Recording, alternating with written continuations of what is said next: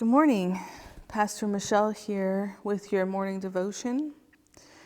We continue reading Jeremiah this morning, starting in chapter 21. Jeremiah received the Lord's word when King Zedekiah sent Pashur, Malachi's son, and the priest Zephaniah, Messiah's son, to him with an appeal. Speak to the Lord on our behalf, because Babylon's king, Nebuchadnezzar, is attacking us. Perhaps the Lord will perform one of his mighty deeds and force him to withdraw from us. Jeremiah answered them, "This is what you should tell Zedekiah. The Lord, the God of Israel, says, I am going to turn your own weapons against you. Yes, the weapons you are using to fight the king of Babylon and the Babylonians who have surrounded you. I will round them up in the center of the city. Then I myself will fight against you with the outstretched hand and strong arm of fierce anger and rage. I will strike down those within this city, both people and animals, and they will die of a terrible plague. Afterwards, declares the Lord, I will deliver Judah's king Zedekiah, his servants, and those in this city who have survived plague, war, and famine to Babylon's king Nebuchadnezzar, and to their enemies who seek to do them harm. He will put them to the sword without pity, mercy, or compassion. This is what you should tell this people. The Lord says, I am setting before you the way of life and the way of death. Whoever stays in the city will die by the sword, famine, and disease. But whoever leaves the city and surrenders to the Babylonians will live. Yes, their lives will be spared. I have set my face against the city for harm and not for good, declares the Lord. It will be delivered to the king of Babylon, who will set it on fire. House of Judah, this is what the Lord says. House of David, the Lord proclaims. Begin each morning by administering justice, rescue from their oppressor those who have been robbed, or else my anger will spread like a wildfire, with no one to put it out, because of your evil deeds. I am against you. You will live in a valley, like a rock of the plain, declares the Lord. And who says, who will come back down to attack us? Who will breach our fortresses? I will punish you based on what you have done, declares the Lord. I will set your forests on fire. The flames will engulf everything around you. The Lord proclaims, Go down to the palace of the king of Judah and declare this message. Listen to the Lord's word, King of Judah. You who sit on David's throne, you and your attendants, and all those who go through these gates. The Lord proclaims, Do what is just and right. Rescue the oppressed from the power of the oppressor. Don't exploit or mistreat the refugee, the orphan, and the widow. Don't spill the blood of the innocent in this place. If you obey this command, then through the gates of this palace will come kings who occupy the throne of David, riding on chariots and horses, along with their entourage and subjects.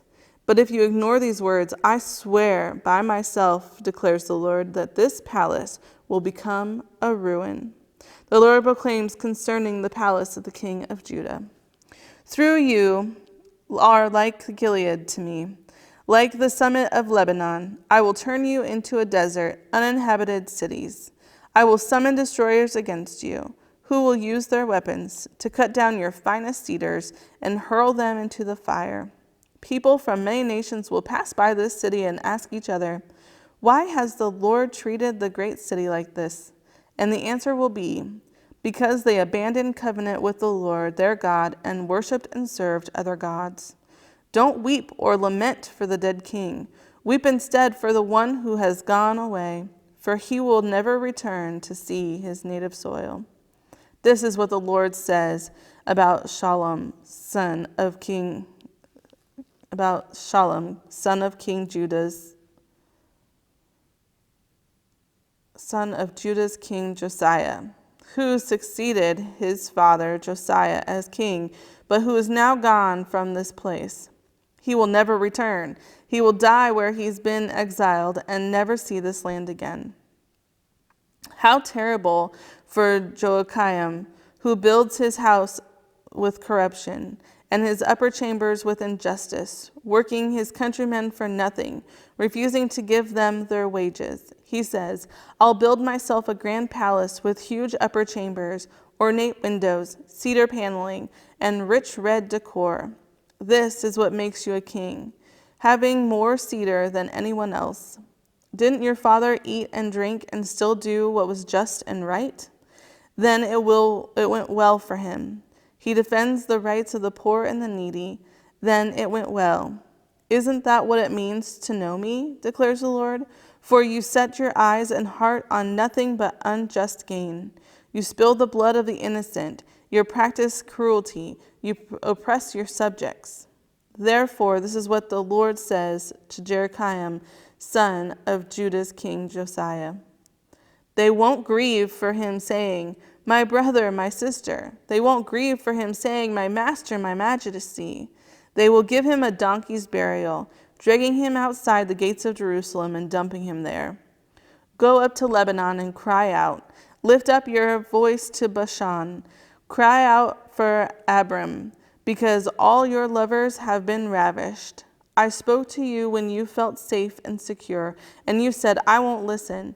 You have been that way since your youth, not listening to a word I say. Your shepherds will be tossed to the wind, your lovers taken off to exile.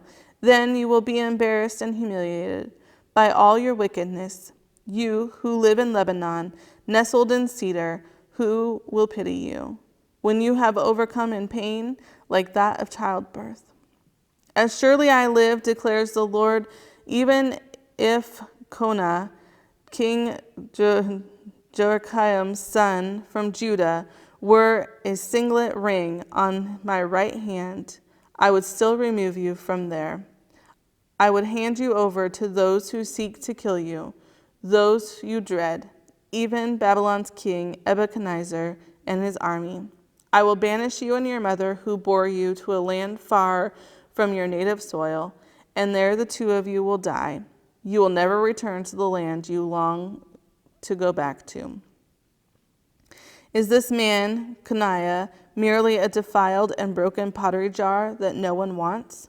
Why then have he and his children been hurled out and cast into an unfamiliar land? Land, land, land, hear the Lord's word. The Lord proclaims, mark this man as childless. He will not prosper during his lifetime. None of his children will sit on David's throne and rule in Judah again. So concludes our reading for today. I pray that you hear these words, that you meditate on them, that you find meaning, that you continue to ask God what other things you are putting before God in this time and in this moment, and in what ways you can give those things up, turn back to God and ask what vision, what guidance He has for you in this time and in this day. I pray that you have a great, fantastic day, and I look forward to seeing you tomorrow. Bye.